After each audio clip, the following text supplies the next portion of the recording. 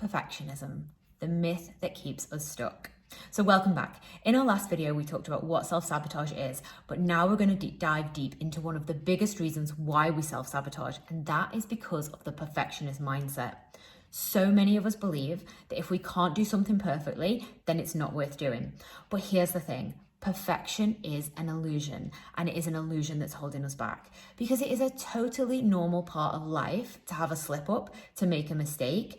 And what's important is how we bounce back. So let's talk about that in a bit more detail.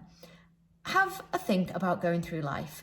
Let's say, for example, we go for a coffee with a friend and we have the best time and we laugh and we connect, and it's just one of those like magical experiences that really makes us feel fulfilled. And we think, great, that was amazing. And then sometimes we might meet the exact same friend in the exact same coffee shop and have the exact same drinks, and we have a great chat and we come away thinking, that was cool.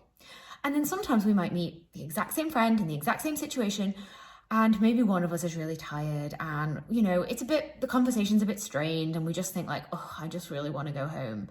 We don't give up on that friendship because of that one meeting. We say to ourselves, gosh, yes, I probably should have cancelled, probably should have rearranged, but hey, I can learn from that. Next time I feel tired, I'll be honest with my friend, I'll tell her and I won't go.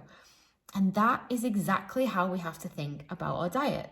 Okay, so there will be times when you might have the perfect meal plan and then all of a sudden your partner says, oh, come on, let me treat you. Let's go out for dinner tonight. And you think, oh, well, that's not planned. I haven't accounted for that. I haven't worked on those calories, or I haven't, intended to have a high calorie meal today. But actually, that's a really normal part of life. You can always make allowances for it the next day, or you can just say to yourself, do you know what? That was a one-off. I don't do it all the time, and move on with your day. And this is how you break the perfectionist mindset.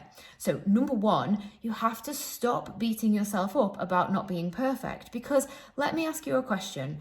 When was the last time that something was perfect for more than one occasion in a day? Like, you might have a perfect meal or a perfect workout, although I would still challenge you to say what made it perfect. We live with this myth of perfectionism, and it really doesn't exist. All we need to work on is good enough. I made the best choice I could in the situation I was in, and I was kind to myself about my choices. Because let's be honest, you don't need me to tell you to eat a salad. You don't. What we need is to empower ourselves to make those choices in the situations that we're in. And it doesn't necessarily have to be a salad. Obviously, that's just a little joke.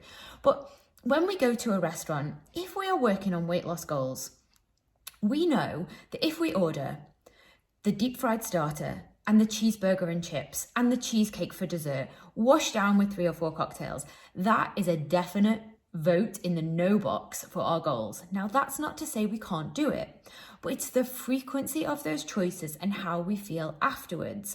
So a real key technique here is play the story forward. So when you're in the restaurant, you say to yourself, okay, when did I last go out? Oh, I was out 2 nights ago. Okay, so today really should be a goal-focused choice.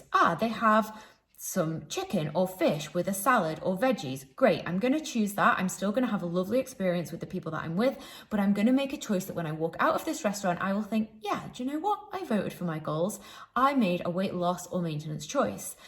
If you say to yourself, do you know what? I have not been out to eat for dinner in 3 months and I am going to go for it because I know I won't be doing this again for a long time.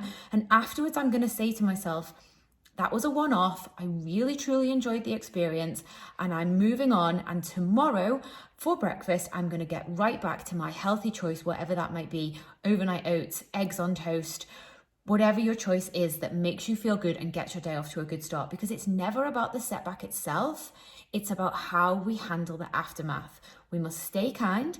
We must accept perfection doesn't exist, and we must get right back to our good habits. And that is the key to weight loss and eventually to weight maintenance. So jump over into your workbook, answer the questions on this, do some reflection on how you feel, and I'll catch you in the next video.